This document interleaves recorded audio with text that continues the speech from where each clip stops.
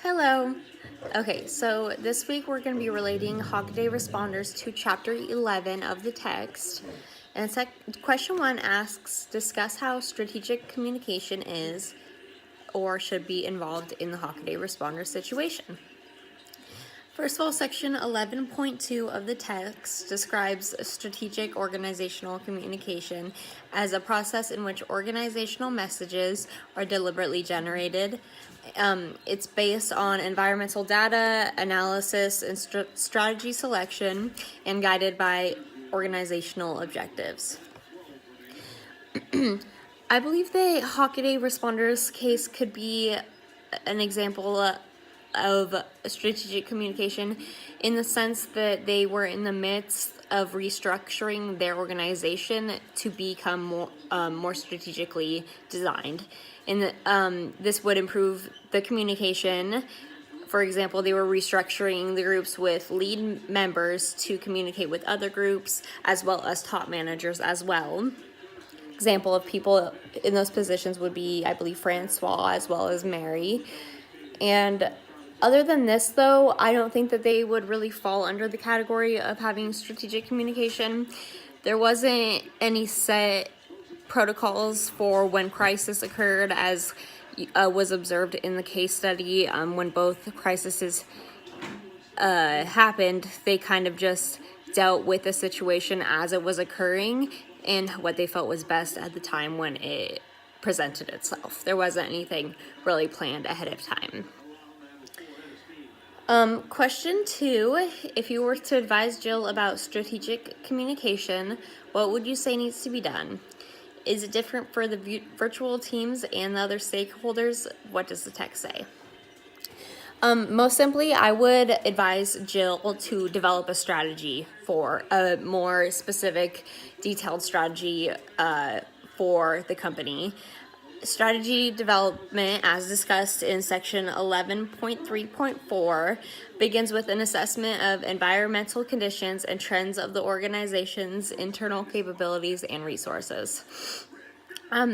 Jill could then use this strategy to match the organization's unique qualifications to pursue opportunities existing in the environment. This can lead to set plans for future instances. For example, if other crises occur, instead of kind of juggling around, running around, wondering what to do and how to best handle the situation, if there were set communication tactics or strategies in place, it could help avoid those future issues. I think for the question asking, is it different for the virtual teams and the other stakeholders? I think the only difference perhaps is how they communicate. I think the issues present and how they can improve that and everything on those terms are relatively similar. The only thing different with virtual teams is, of course, how they communicate, meaning like the channels that are used and how if they have face-to-face meetings at all and whatnot.